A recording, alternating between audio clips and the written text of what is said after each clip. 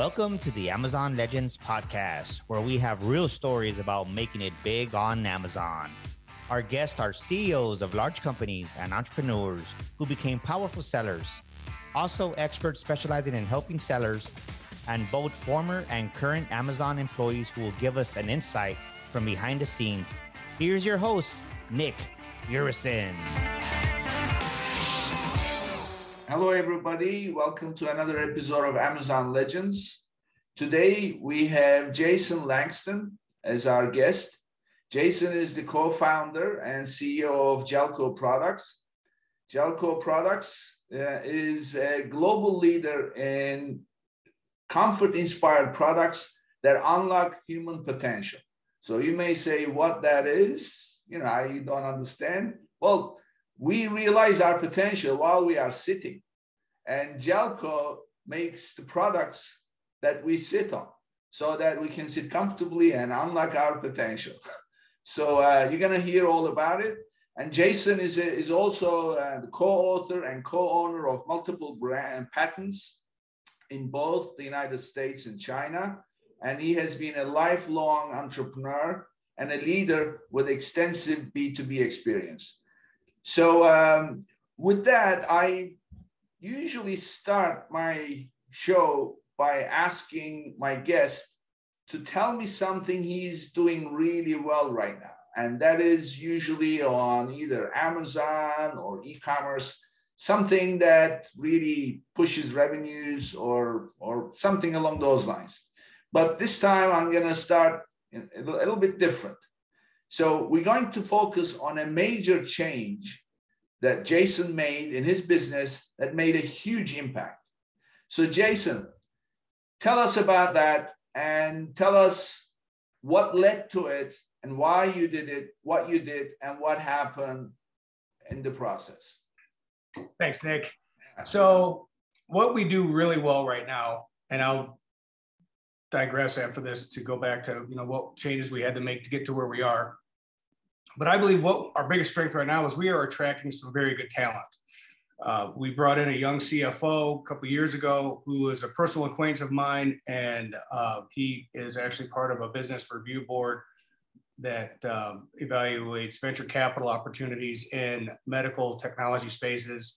And he's a very sharp young man. And I one day just happened to say, I could use a CFO. We are considering going out and raising some capital. Maybe we'll do some venture or some debt and leverage some sales opportunities to try to grow the business. Because in 2017, 18, we started making an effort to get small because we really saw an opportunity to get large, to get our business growing even more so, but we couldn't do it with some existing relationships. We couldn't do it by constantly servicing some customers we maybe have had for 10 years, and they were not really growing anymore. They sort of reached their potential, but they would also be a hindrance on us growing our business. So the co-founder of Jelco Products, Kathleen Woodall, we got together and sort of thought about, well, what are we going to do for the next 5 years? And one of those things was, well, let's cut some ties with some businesses, no matter how difficult it may be, so that we can better take advantage of opportunities to grow the company.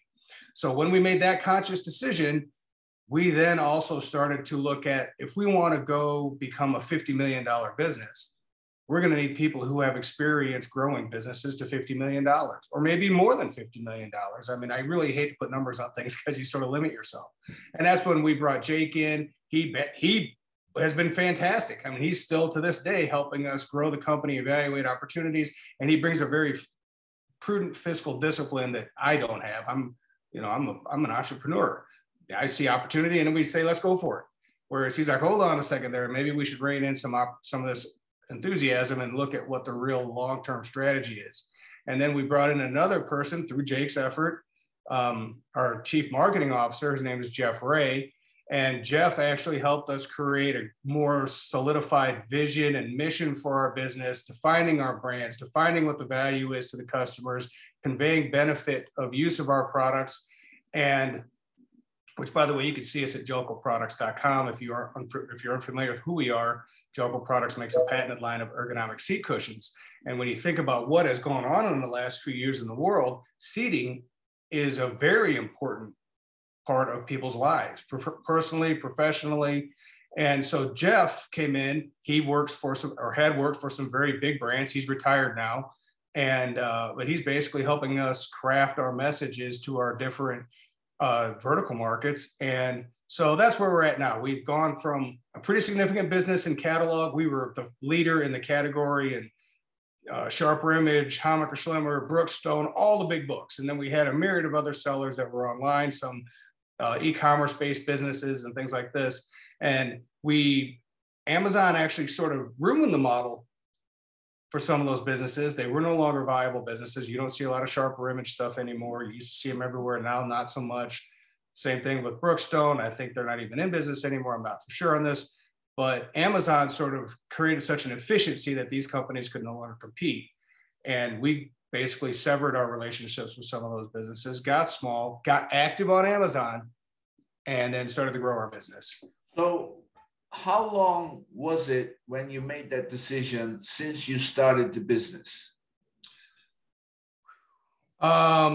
We first started selling the G-Seat Classic, which was the only product we made at that time, in 2002, 2003 timeframe. I can remember the day. Actually, I was in Orange County, California, and I was outside, and I got a phone call. I was working at another job at the time, too, by the way. I was still working in telecommunications, large B2B opportunities, and I was, on my days that I wasn't working, or in the evenings, I was calling and emailing companies that I'd seen in the Sky Mall catalog while I was traveling. I would just grab the Sky Mall, take it home, put it at my desk in my office. Typical grassroots business. So this is not grassroots business. This is entrepreneurial. You're making a living. You have bills to pay, and at the same time you've got a vision, and then you're working it off, right? So outside the bill paying hours, so to speak. Yes, as a matter of fact, one of the funny caveats to all of this was that my son used to play out in the garage or out in front, and the garage door was always open. And so he knew my phone number when he was 2, because he had heard me leaving my phone number with all of these buyers that I had, I'd send an email and I'd send a pitch and I'd say, okay, here's what our product is. And then I'd follow up with a phone call the next day. Hey, I haven't heard from you, want to make sure, and you can please reach me at this number. And so my son at 2 years old knew what my phone number was. He was never going to have a problem remembering my number. Probably this day he could recite it. Now he's like, 21 years old. But that was kind of funny that he knew my phone number, because he'd always heard me leaving it with all these buyers and all these prospects that I was cold calling. So eventually we got a hit. In the meantime, we were also going to health and wellness fairs locally in Orange County, big corporations. We were part of a couple different organizations that put these on.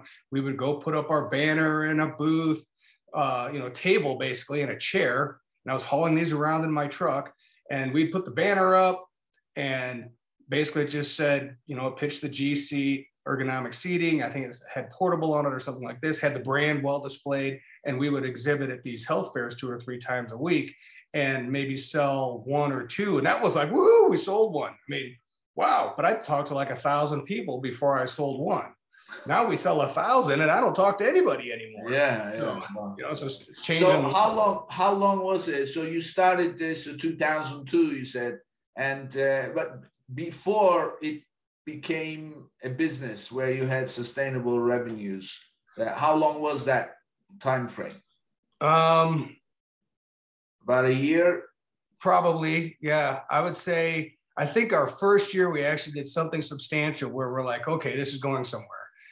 We did about 180,000 in revenue, and that was most likely 2003 to 2004 timeframe. I would have to look at our. So what I'm really driving at is, so this is for every business. I should say every founder must do, but they don't, for all kinds of reasons. First of all, they're not knowledgeable enough to make it a priority. It's okay. You don't know everything. You just learn.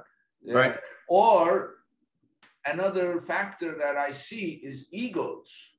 A lot of founders are also control freaks. They want to have control over everything. They don't want to relinquish And a lot of founders don't really, they know they have to do something, but they don't exactly know. So you obviously said, hold on a minute, I'm going to pull back and I'm going to look at the business. So how long did it take you to get to that point where you say, okay, I'm doing this now since the start? So you say 2004, when was this decision? Okay. So in 1999, Kathleen really put the screws to me and said, look, there's an opportunity with this seat cushion that I think we should pursue. This wasn't my idea. This was her idea. She was working in telecommunications research at the time. I was working in telecommunications sales. And so she was spending a lot of time sitting in chairs and doing research for large organizations, even governments. Whereas I was, on a plane, I was flying, I was traveling, I was going to trade shows. And so she came to me in 1999 and was like, look, man, this is really going to be something. You should really give it a look. So we started putting some money aside for this thing. And I said, okay, look, let's put in about this. And then she went out and looked up the gel manufacturers, and she went out and did some of the original research on who to buy or who to look to maybe help us co-develop this product.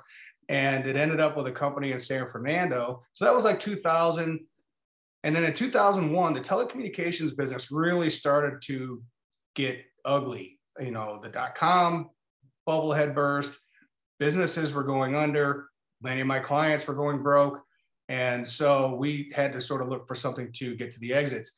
And I think around that time frame, 2001, 2002, I basically said, okay, I'll give this a year. I will, and I think it was 2001. I'll give this a year. We'll see where it goes. There's enough money in the bank that if I don't make any money for a year, I won't be going, living on the street. And so I quit everything, went full-time at this. And in 2002, we filed for the patent on our integrated handle and foldable design. We really shook things up with just this feature. Yeah. And that was kind of an aha moment, because now, every marketer, every manufacturer, everybody who's selling something, you have to find a differentiator. Well, when you looked at all the catalogs at the time, because remember, this is way long ago, catalog era, pictures on pages were all squares and rectangles, and you wouldn't know the difference from any product to the next unless you read whatever the marketing department had generated for product descriptions. Whereas our product comes along, and now there's this. Now that people were like, wait a minute, what is that? Now I've got you. I have caught your attention in that moment where people are flipping through, and they're like, wait, what was that? And they go back and they look. And that was the gotcha. And that was like 2002. We had that patent. We got a prototype on a part. I actually destroyed the only prototype we ever had, because when I was trying to figure out, remember, the first gel seat cushion was all gel, and it was very humid, not very comfortable, especially in the Southwest. And we were looking for ways to aerate the surface. So I had made a photocopy of our only prototype, and then I made like 10 photocopies of that at Kinko's. So here we go. I mean, I made it that for those, you don't even see it Kinko's anymore, I don't think. Exactly. So I was laying out all these ideas on how we could make this thing, ventilated. And then I noticed, well, if we make these here in the center where you have the most humidity, well, wait, that kind of looks like a handle. So I ran outside, I grabbed the prototype, I got my X-Acto knife out, and I cut it, and I picked it up. And that was the result. It folded perfectly in half. I mean, this was like Christmas morning. So like the next Monday, we filed for a patent on that. And 2 years later, we received that patent. So in the meantime, like 2003, we got our first order from a catalog company called International Autosport. It wasn't a big order. I think it was like 50 units. But International Autosport was at Sky Mall. International Autosport had a good website. They had a very professionally presented offering, and other companies were looking at them. And that's when we figured out, if you get picked up by one, you are going to be seen by many. And that's, Brookstone, Sharper Image, Hammacher Schlemmer, and a myriad of other companies. Once we had that page and said, look, here we are on this page, they were a lot more receptive to the idea of, hey, that product probably is valid. You get immediate social validation at that point. And so that's what took us off. Like 2003, 2004, 2005, revenues jumped 180, 360, 500.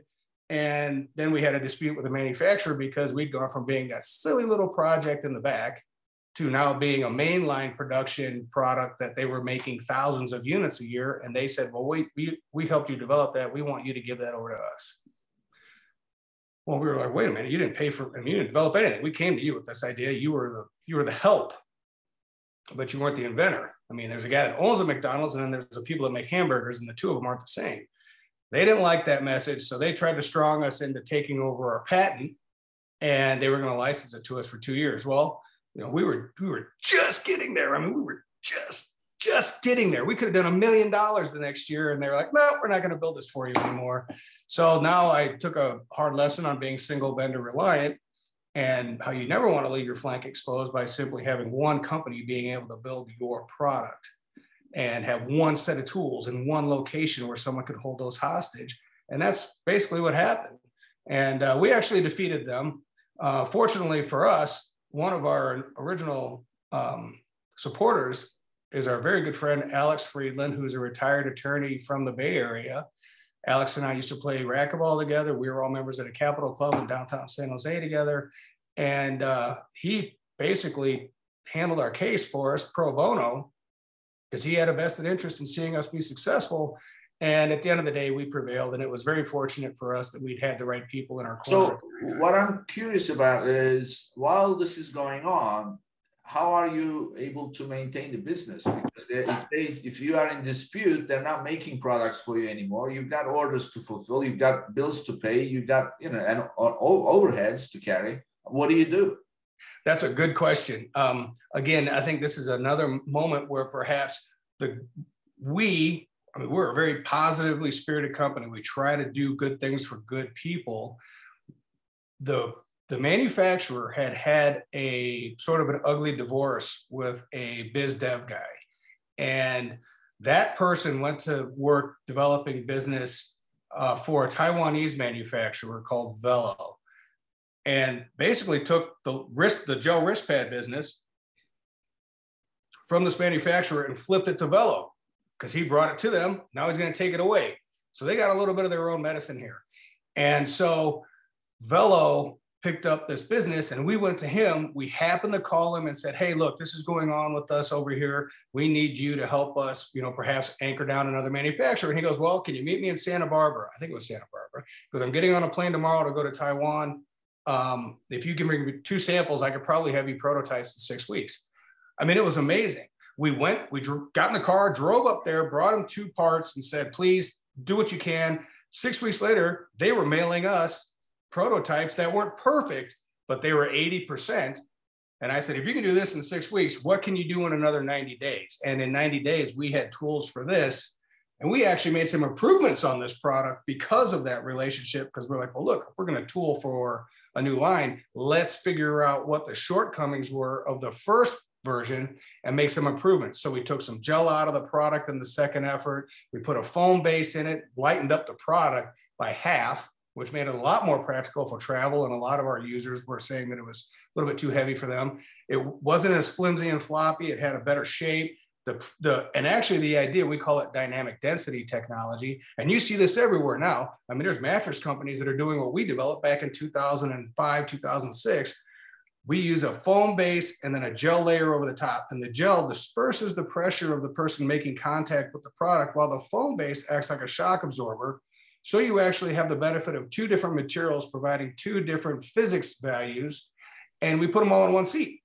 And then we made a bigger product called the G Seat Ultra, because Hammacher Schlummer told us, look, man, if you make a bigger product, I think we'll sell more of those. We called it Mobility G Seat at the time because we were thinking we would sell this to wheelchair users as well. So we made a bigger product while we're tooling for this, used the same dynamic density technology. And inside of a year, we were back shipping. But you're right. It was a tough time.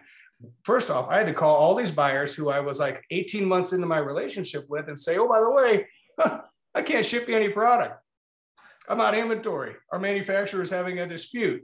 That's a tough call on both ends. You know how business is. We are, especially as entrepreneurs, we are problem solvers. We seek problems and then we try to solve them and make money out of it, right? So that's what we do. So we are like magnet for problems, and where we go for it. So when a situation like yours, comes about. It's a problem. Anybody who is listening right now, or anybody who is going through similar kind of things, they're always looking for a solution. Give me the solution. Give me the solution. How do I do this? But really, that's not where the solution is found. The solution is a very, I would say, a surreal attitude, because I just heard you say right at the beginning that we are a very positive company. And out of the blue, you get this guy come out to you and then bring you the manufacturer. It has nothing to do with putting a foam and a gel on top of each other. All it is it's the energy that you had created in the workplace around yourself that brought you the solution.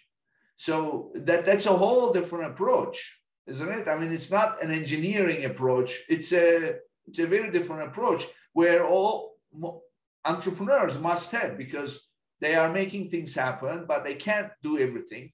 Things have to come to them. And how do you bring things to you, including solutions? And it's having that positive attitude, isn't it? That's a great assessment. Yeah, I would definitely say that. And I think, again, now, one of the things you asked me is, what are we doing very well? Well, we are attracting good talent. We had to put that out there, that we are looking to become a bigger, more substantial business, but we need the right kind of people involved in our business. And I think we've created. So how do you do that, though? I mean, it's every company these days says, oh, we have a vision, but it's a whole different thing to actually put someone really good who knows what he's doing to say, yeah, I want to work for that company. What does it take to do that? A lot of it is attitude. I believe how you address other people, how you address situations, how you address relationships around you determines who you bring into your business or who you bring into your life. Because let's be honest, being an entrepreneur is a very personal business. How many entrepreneurs start a business that is not basically one big expression of their personality? I mean, basically your company becomes you or an extension of you, and you're like Kathleen and I. We have a very good working relationship. We're pretty positive towards one another. Doesn't mean we never have a disagreement, but we always work it out in a pretty positive manner towards the benefit of our business. So I think if you project that sort of energy out there, people are going to bring that sort of energy back to you. So basically being guided to the person who took us to the next saving moment, which was getting involved with our Taiwanese manufacturer. I mean, it was less than a year, and we are bringing product in and shipping a better quality product. We added another product, and we're at a price that's cost competitive. I mean, we just ticked off 3 strategic advantages in any business effort, and it all came because we made one phone call to one guy in a desperate time, and they said, get it to me now because I'm leaving in 24 hours to go see this company and they could probably help you. Yeah. And that was it. I mean, I hear you say the word positive several times. So, I mean, that's the bottom line. You have to, a lot of people, what do you say to those people who are giving you this counterpoint all the time? And when you ask them, so they don't be so negative, they say, no, I'm not being negative. I'm just being realistic. So what do you say to those people? Well, there's a difference between being critical, and I think we all need to be critical. You need to think critically. You need to understand what is actually going to turn in your favor, or what can you do to turn a situation, take advantage of an opportunity, and make a benefit towards yourself. So you need to be critical, which means you also need to tell some opportunities, this isn't going to be for us. You're not actually working towards what our overall goal is. That's not negative. That's just being prudent. But if you have a negative attitude, like, man, you just can't seem to find. They hide behind realistic, So you know what I say to those people? I say nonsense. I say you create your own reality. Agreed. There is no such thing as being realistic. What is that? For you, it may be realistic. For me, no, it's not. I don't buy into it. So I create my own reality. That's the world I want to live in. I don't want to live in your world. Right. So let me put this out there. I grew up in a household that I had 3 brothers. My parents both worked very hard to provide for all of us. And there was a lot of times where I just, somebody wasn't always there saying, oh, you're so smart. Oh, you're so good. Actually, a lot of times they were like, look, man, don't be a jerk. We don't have time to deal with this. So there was some negativity, but if you just let that absorb into your fabric of your person, then what you are setting yourself up for is attracting a lot of negativity into your life. Yeah. Instead of saying, look, all right, fine, I get it. And then just kind of discard that and then go work towards, you have to be able to see the opportunities, I think, that bring you towards your goals. And if you can't see them because your vision's clouded, because your mind is cluttered up, then that's not going to be helpful for you or your enterprise. Yeah, well, I learned 2 things because when you are so business oriented and you got goal oriented, you're going after stuff, you don't look at anything else. You don't look at your life. You don't look at how you are living, you are eating, you are sleeping. You don't look at any of those things. And of course they catch up. So the same thing happened to me. And then when I started to invest some time into personal growth, so to speak, emotional, physical, you name it, nutrition. And 2 things that I take away, and I always say wherever I go, you are what you eat, and you get back what you put out. Yes, 100%. So, if you think about it, you say, oh, it's easy to say. Well, you have to live it, because if you are eating bad stuff, then that's what you become, bad stuff. Clunky, you can't move around, you can't think, your brain gets foggy. I mean, your brain is the only asset, not your cash in the bank, your car or your home. So, and then also putting out positive energy will get back positive things happen to you. And that's what I take away. I mean, your story of innovation, and how you fold up accidentally and then it becomes the product. I mean, it's an amazing business story. But what I'm really interested in is what has driven all this, and it's your positive attitude towards your business, people, and life in general. Yeah, I would say that there's a lot of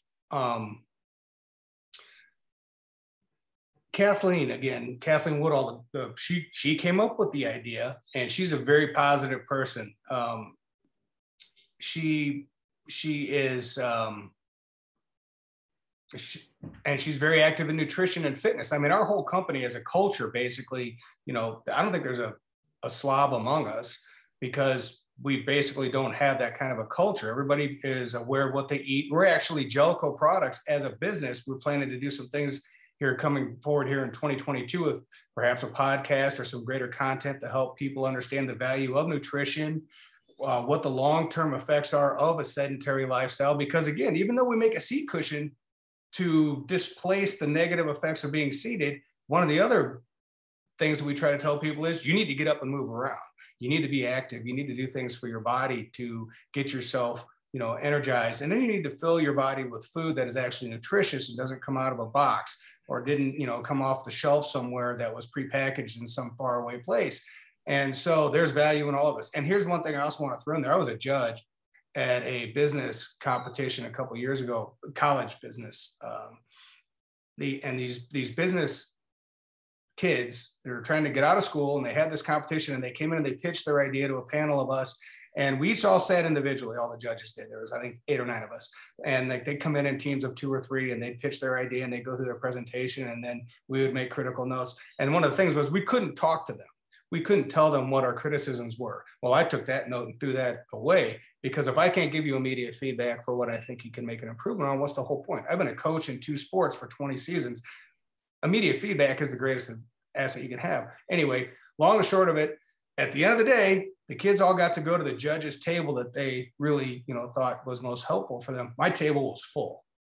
Not that I'm bragging, but I think the information that I gave back to them immediately was most helpful to them, regardless of what they were pitching, regardless of what they were doing. There's some standardized things that we know work. And one of the questions was put to me, what do you think in business is going to become more relevant going forward than what it is today? in a roundabout way, that's what they said. And I told them, I believe mindfulness is going to become more important as a business principle than what it had been for the last maybe 50 years. People are going to be required participating in large organizations to be mindful of how they carry themselves, how they see themselves contributing to the enterprise, what do they convey into the world, and what do they enable to maybe overtake them or stop them from realizing their own ability.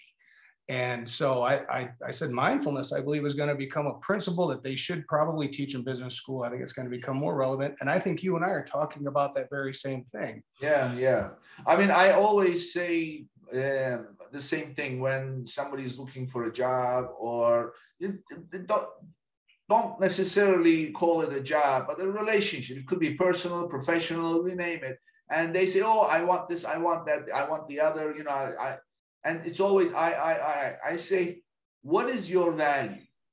What is the value you bring to the table? Focus on the value, what you can do for the company, because that will tell them, oh, I can translate this into whatever, cash, some kind of an asset or whatever. But don't look at what I want. And you're talking about the same thing. Mindful is being mindful of what is around you, so that you can apply yourself to what is around you, right? If you're not even, if there is no aware, I mean, how do you drive a car without seeing what's, without the windscreen in front of you, right? You don't, even pilots, when they they do their training, instrument training, it's all blacked out, but they're just looking at instrument. But still, they are aware of what's around them. Otherwise, they crash.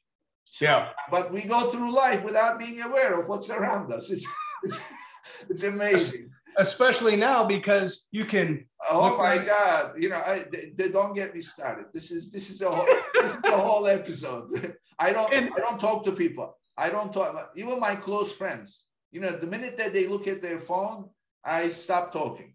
And you know what happens? Their response is, "Oh no, don't worry. I can handle it. I can listen to you." And then I say, "Look, I'm sure you can, but I can't. I lose my train of thought, so I'll wait. I don't want to be disrespectful to, of course, it's sarcastic, disrespectful to what you're doing. So I'll stop, and then when you're done." So I don't allow disruptions interfere with my relationships, whatever the kind of relationship it is, because it's without focus, what can you do? It becomes noise. So let's talk Amazon. I mean, this is great because ultimately this is what drives a business and leadership, and you can get out of any situation if you have this kind of an approach. So how long have you been on Amazon? I know your products are on Amazon, and I also know you have resellers.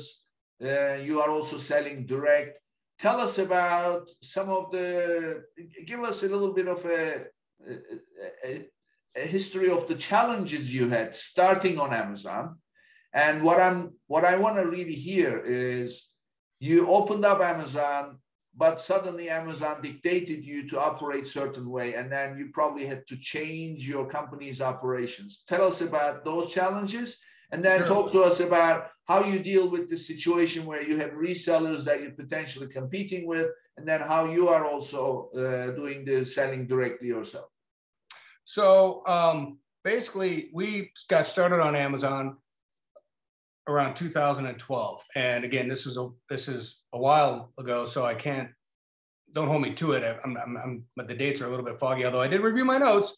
But in 2012, we started looking seriously at Amazon because it had really started to erode some of the value of our brand in the space, because people were starting to buy our products at wholesale, unvetted, and then they would put it up on Amazon under a different business name, and they would sell it below MAP so that they could get the lead position. And so, because Amazon's a price-based seller, or was at that time, it was pretty much a free-for-all. And so we started to see a little bit of price value erosion in our product. And that was around 2012.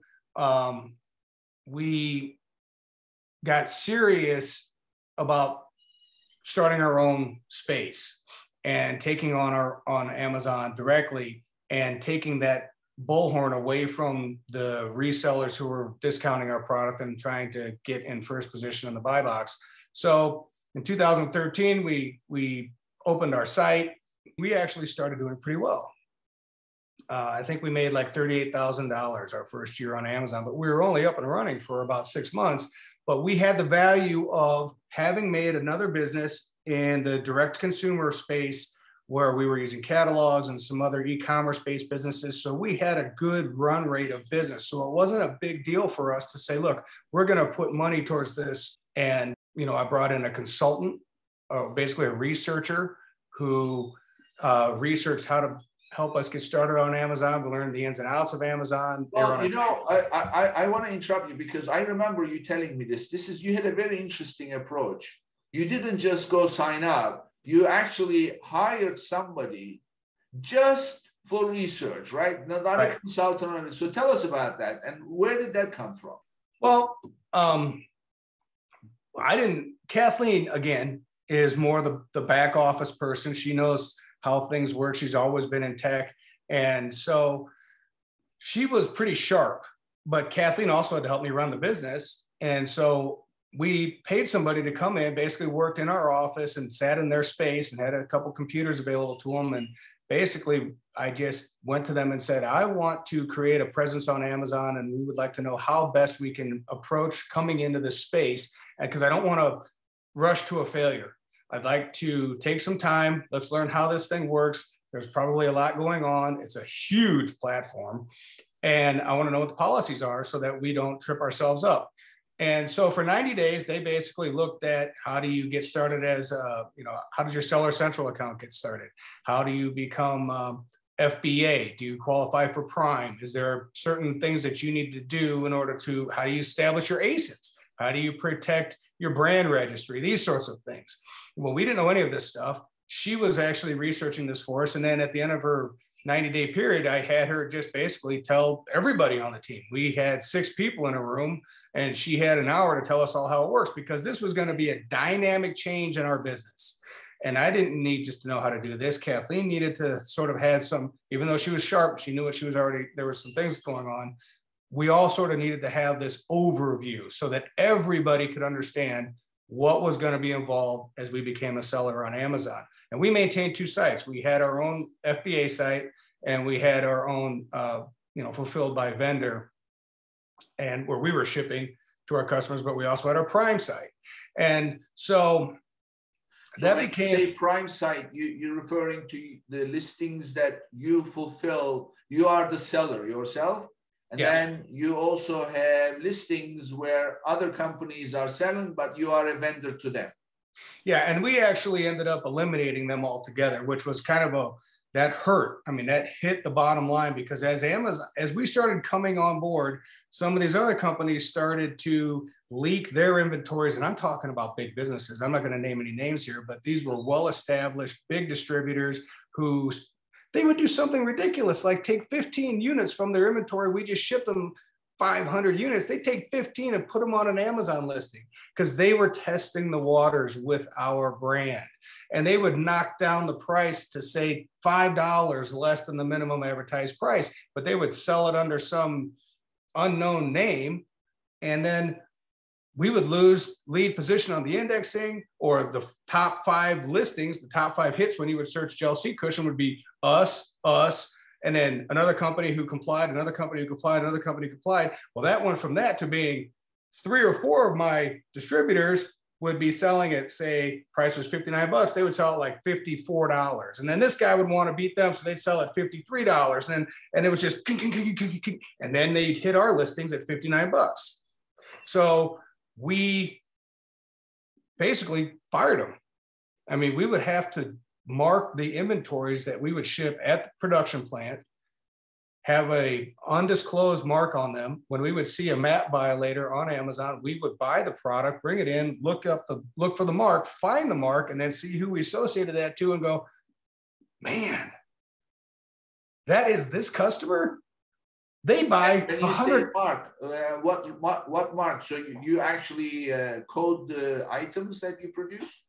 Yeah, we would post-production apply something to the product. If they bought 1,000 units, every one of the units would get a mark, so that when it showed up on Amazon, if it showed up on Amazon, because not everybody did, yeah, but the ones who did, we would see it on Amazon, we'd buy it, we'd open it up, and so I mean, that's sometimes really smart for our listeners. So this is a common practice, because when I was a seller, I was selling fragrances, designer fragrances, and this is actually a science. They would, counterfeit is a big deal. So people use coding. So all these fragrance designers, when they manufacture, they code their packaging, but you can't tell. It's not visible to just a regular eye. You have to really know what you're doing. And in fact, there is a whole unit within the FBI to investigate counterfeit. So they have specialists, FBI agents.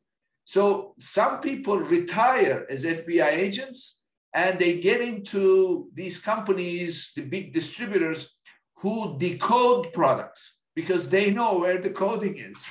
So this is a common practice by manufacturers, but in your industry, obviously, it's not necessary. There's a big difference between having like Chanel No. 5, authentic Chanel, but in your case, you just wanted to, but it was very smart of you to actually code your products like that, so you could identify who you sold it to.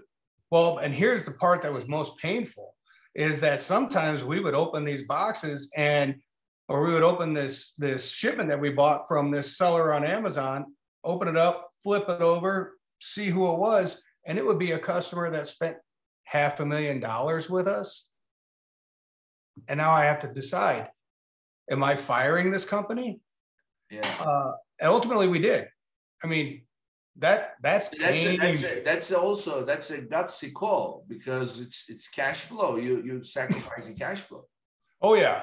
And so again, when I say, and we talked about this early on, the last 5 years have been a big transition for us, where we just made a conscious decision to get small, cut down our exposure in the market, get control of our brand, because the next level for us is going to be a lot more essential for us to be able to say we have control over how our brand is perceived in the market.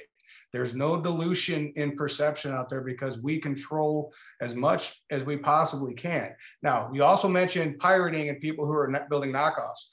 When we came into the market, there was a lot of companies who we actually created a whole new buying category called the shape gel seat. There was no shape gel seat until we came to market with the G seat. And now there's a shape gel seat category that they buy. And if you look at what producers are making now versus what they were making 10, 11 years ago, they are looking more like us. We don't look like anybody else.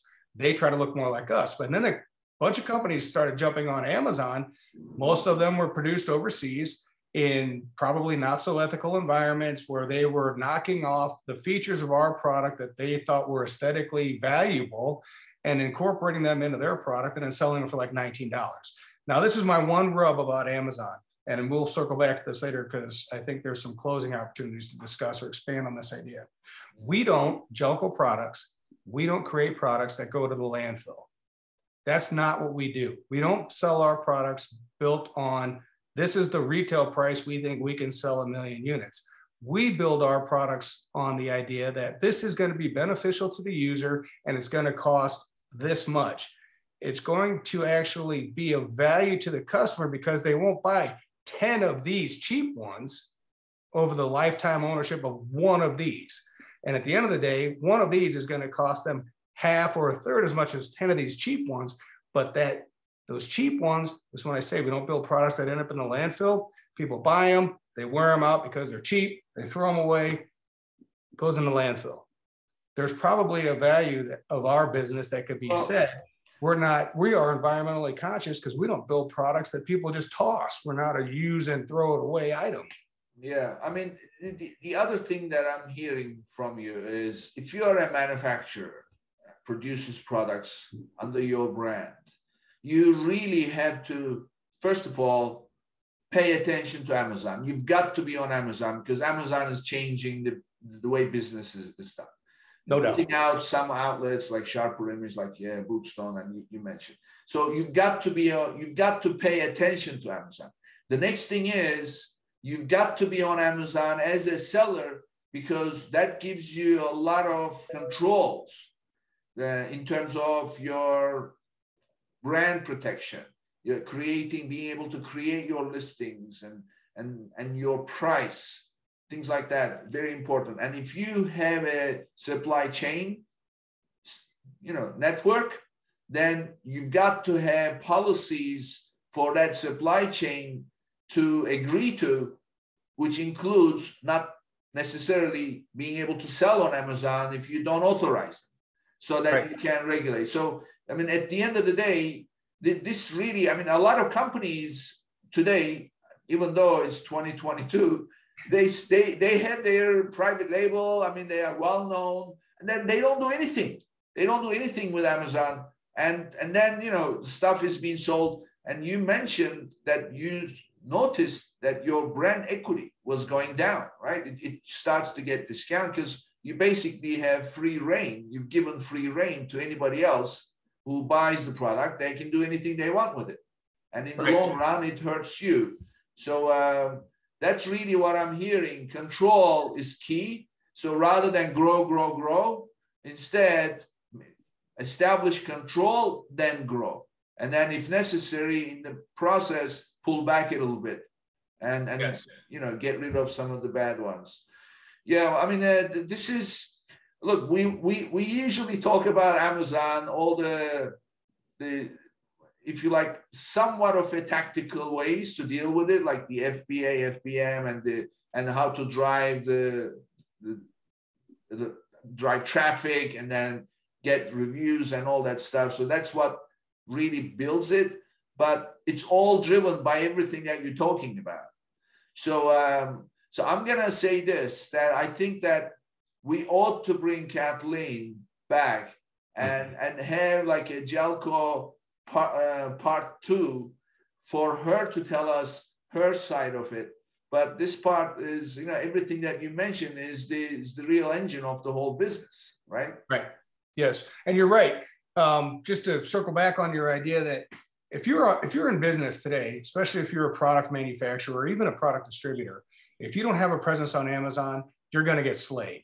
Because think about this, how often do you see anybody even in a grocery store, or rather more so in a department store, a place where they're going to go buy something, and the first thing they do is they see the price on the shelf or they see what the item is selling for, and then they pick their phone up or take it out of their pocket and they look on Amazon.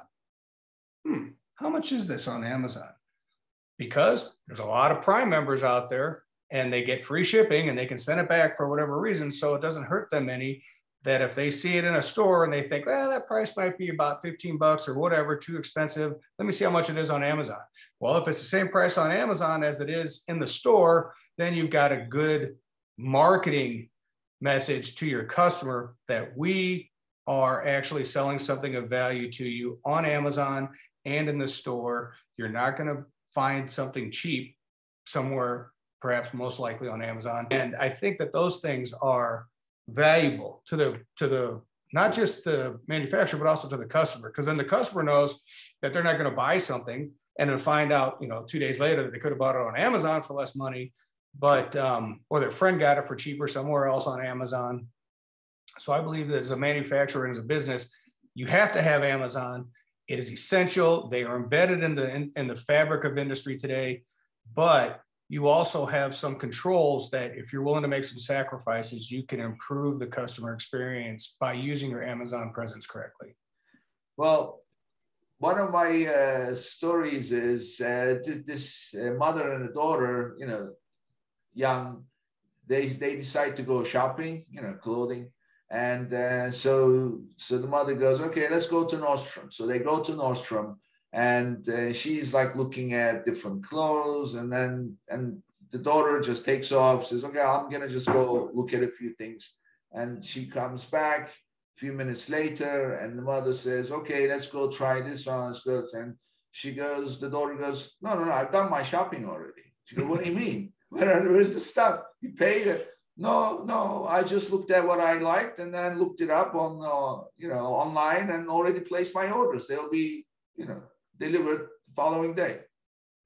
So that's shopping these days. So people don't really, retail business therefore is changing. So this is where it's going.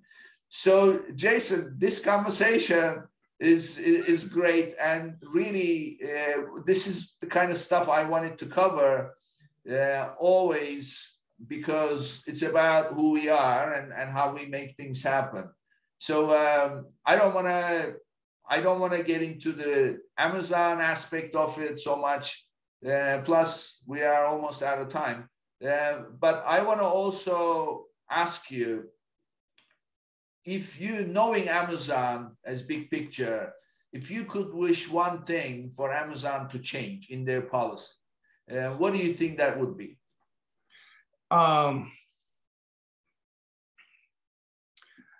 I think Amazon comes up very short on seller support. When we got started, there was an opportunity that we could actually resolve most issues within 24 to 48 hours with Amazon. And I think quite likely it seemed like somewhere around 2016, they just took off and they suffered some very serious growing pains. And we went from being able to reach somebody to help us resolve a listing issue, an ASIN issue, or maybe a bin issue. You have incorrect product in this bin, it's being shipped and being marked against us as a seller. So they can't do that anymore. So I would say if Amazon could get back to being more capable of helping the vendors who then sell products on Amazon, that would be a big win for everybody involved, including the customer ultimately. Yeah, I agree. I ask this question to every guest, and I'm telling you, 3 out of 5 people say seller support is really, it really is bad. They outsource it, and you get the same answer over and over, and they don't address the question. So, so tell us about who Jason Langston is, and where do you live, and what are your passions? What do you do outside business? As entrepreneurs, we are always thinking business, but what else do you like doing? Well, fortunately for me, again, I'm in a business where the business has become an extension of my personality. I'm a very health conscious, active individual. I used to play a lot of organized sports. When I was in my 30s, I got into some very high level racquetball. I started playing racquetball when I was in college. And then when I moved out to Orange County, I got involved in a very good group of guys, national level players, really raised my game.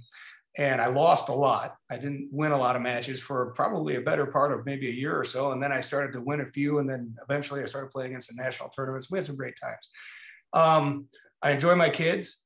I have a son who's 21, who's a great young man, a good baseball player. He's also, he's in the gym regularly, and we work out together sometimes when he's here. Otherwise, he'll call me and send me some, pictures of him training or what he's doing. And my daughter is 6. She's fantastic. And she's a very good artist. Just unreal, the ability she has as a 6-year-old, which I'm not surprised. Her mom is very talented. Both my children, both my son and my daughter, have very talented mothers. And so there's that. I love my kids. And I live in Phoenix, Arizona, not necessarily. I'm a little north of Phoenix, not in the city. And it's a great community. I live in Anthem, and it's fantastic. I know you live on the Upper East Side. Yeah. So I sort of live on the Upper East Side of Anthem, because it's a very wonderful place. The weather is good, except for August. Don't come visit me in August or September. It's not so nice. But man, the rest of the time of the year is fantastic. And Arizona is great.